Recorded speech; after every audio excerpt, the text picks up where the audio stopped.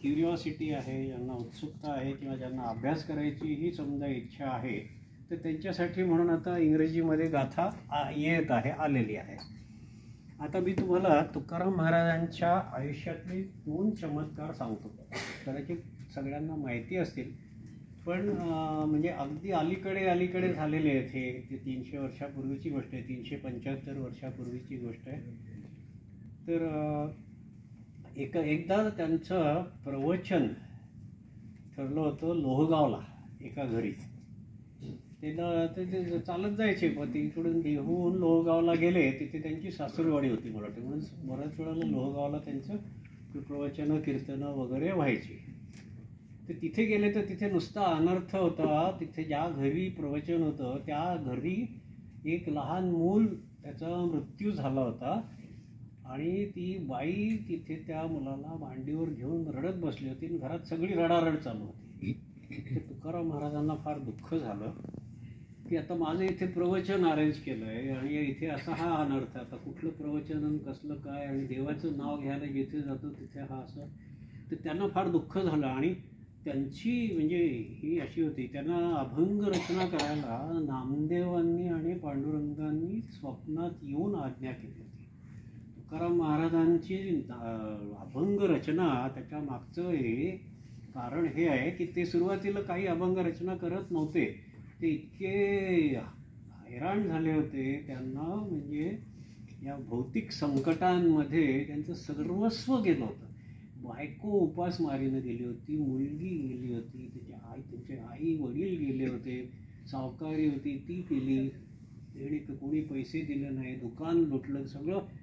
ते पूर्णपणे कंगाल झाले होते आणि त्यांची बायको, त्यांची 2 मुलं, त्यांचा संसार सांभाळायचा फार अवघड सगळं झालं होतं. ते फ्रस्ट्रेशनमध्ये शेवटी त्यांनी काय केलं की भंगलेलं एक असं देऊळ होतं त्यांच्या तिथे साधारण, आणि अर्धवट होतं त्यांच्या पूर्वजांचं. तर ते त्यांनी म्हटलं की चला आता आपण आधी देवळाला जरा नीट करूया, म्हणून त्यांनी आधी देऊळ नीट केलं. आणि देऊळ नीट केलं, मग कीर्तनकार वगैरे यायला लागले कीर्तन करायला. तर हे तिथे उभं राहायचे नुसते कीर्तनकाराच्या मागे टाळ घेऊन, कारण कीर्तनकारांना स्वर लावला की मागे 10 टाळकरी असतात, ते टाळकरी टाळ वाजवतात. तसे तुकाराम महाराज उभे राहिले होते. तेव्हा त्यांची अभंग रचना वगैरे काही नव्हती. मग एकदा रात्री त्यांच्या स्वप्नामध्ये, म्हणजे पहाटेच्या वेळेला स्वप्नात पांडुरंग प्रत्यक्ष आणि नामदेवांना घेऊन आले आणि दोघांनी त्यांना उठवलं. आता उठ, आता तू काय झोपतोस, आता तुला झोपायचं नाही, तू आता अभंग रचना करायला सुरुवात कर. म्हणजे विठोबांनी सांगितलं की हा नाम्या आहे, याने ठरवलं होतं मला 5 कोटी अभंग रचना करायची आहे, पण त्याचं आयुष्य कमी पडलं आणि त्याची फक्त 4.25 कोटीच झाले आहेत. आता बाकीचे सगळं तुला करायचं आहे, तर कामाला लागा. तेव्हापासून त्यांनी अभंग रचना सुरू केली. त्यामुळे त्यांच्या अभंगांना जी धार आहे ती रचना, ती परमेश्वराच्या जे मुखातून आलेले शब्द त्यांच्या मुखातून येतात. कारण हे सगळं इन्स्पायर्ड आहे. जसं इन्स्पायर्ड म्हणजे आम्ही म्हणतो गदी माडगुळकरांनी गीत रामायण लिहिलं, ते कसं लिहिलं आणि किती मोठं ते आहे, आणि ते इन्स्पिरेशन आहे. ते असं काही डायरेक्ट त्यांनी स्वतः सांगून लिहिलं नाही. म्हणजे कधी कधी असं व्हायचं की त्यांना अभंग गाणं यायचंच नाही आणि तिकडे सुधीर फडके आणि सगळे त्यांना रागवायचे की अहो आता पुढचा कार्यक्रम आहे, गाणं द्या, पण ते गाणं यायचंच नाही. मग एकदम कधीतरी असा आकाशातून पाऊस पडावा तसं ते गाणं त्यांच्या बुद्धीत शिरायला लागायचं. मग लगेच घाईघाईने कुठेतरी कागद शोधायचा आणि खटखट खटखट खटखट लिहायला सुरुवात करायची. ही जी इन्स्पिरेशन आहे, सरस्वती देवी प्रसन्न झाली की ते येतं. आणि तुकाराम महाराज स्वतः म्हटले आहे, अनेक ठिकाणी म्हणतात की मी फार शिक्षित माणूस नव्हे, माझा काही शास्त्रांचा एवढा अभ्यास नाही, मी हे जे काय सगळं बोलतोय आणि जे काय लिहितो आहे म्हणजे ह्याच्यावरती माझा काहीही कंट्रोल नाही. विठोबा प्रत्यक्ष माझ्या मुखातून बोलतो आहे आणि म्हणे मी हे सगळा अनुभव घेतला आहे, तुम्ही माझ्यावर विश्वास ठेवा आणि मी काय सांगतोय ते ऐका. ते अगदी विनवणी करून लोकांना सांगायचे मी तुमचे पाय धरतो, तुम्हाला साष्टांग नमस्कार करतो, पण तुम्ही करा. ते इतकी विनवणी करतात एका अभंगात की म्हणे अरे भक्ता तू फक्त एकदा पंढरपूरला जा आणि त्या विठोबाच्या चरणांना फक्त एकदा स्पर्श कर. तुला काही दररोज जा किंवा वर्षातून एकदा जा असं म्हणत नाही, एकदा फक्त तू जा, तिथे तू डोकं ठेव, मी तुझ्यासाठी गहाण राहतो. गॅरंटर. आपल्याला समजा कोणी सांगितलं माझ्या 1,00,000 रुपयाच्या डिपॉझिटवर तू गॅरंटर राहतोस का, आपण नाही म्हणतो.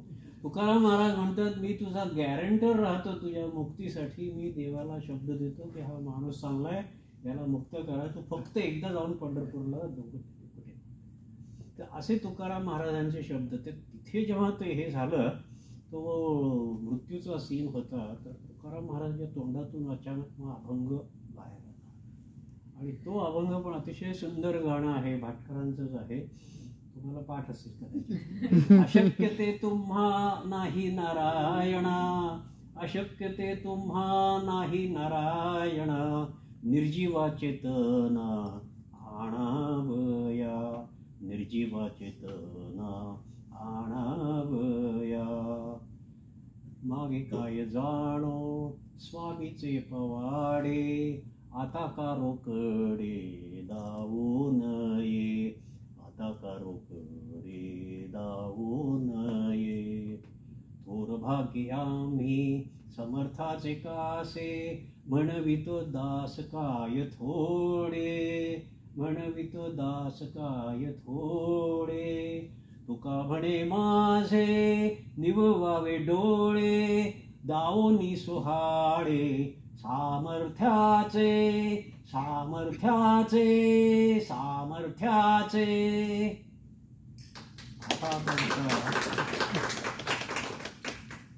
अर्थ तुमच्या लक्षात आला असेल, थोडा परत नीट समजावून सांगतो. अशक्य ते तुम्हा नाही नारायण, निर्जीवा चेतना आणावं. या देवाला सरळ माहित आहे, या मुलाला जिवंत करणं तुम्हाला अशक्य नाही. निर्जीव माणसाला चेतना आणायची आहे. आणि मागे काय जाणं स्वामीचे पवाडे. आम्ही तुमचे पवाडे खूप ऐकलेत मागे, आम्ही बघितले कुठे.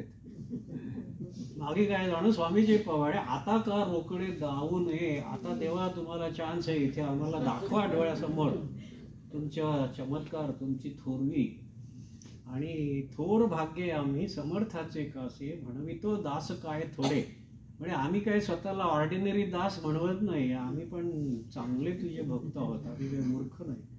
तुझी भक्ती करतो जाणून आणि डोकं शाबूत ठेवून भक्ती करणारे लोक आहोत, आम्ही काय ऑर्डिनरी नाही. तुकाराम महाराज विठोबाला बऱ्याच वेळेला सांगतात, मी काय किडा मकोडा नाही, तू मला असा हे करू नको, मी काय माशी किंवा किडा नाही असं तू मला मारू शकशील म्हणून, मी पण तुझाच मुलगा आहे, त्यामुळे तू माझ्याशी नीट वाग, असं पण सांगतात देवाला. तर त्याच्यात मग ते म्हणून आम्ही थोर भाग्य, आम्ही तुमच्या कासेला आलेलो आहोत, तुमच्या शरण आलोत, आमचं भाग्य थोर आहे आणि आम्ही स्वतःला चांगले भक्त म्हणून ठेवतो. तर तुका म्हणे माझे निववावे डोळे, आता माझ्या डोळ्याचं पारणं फेडून टाका पांडुरंगा, तुमच्या सामर्थ्याचं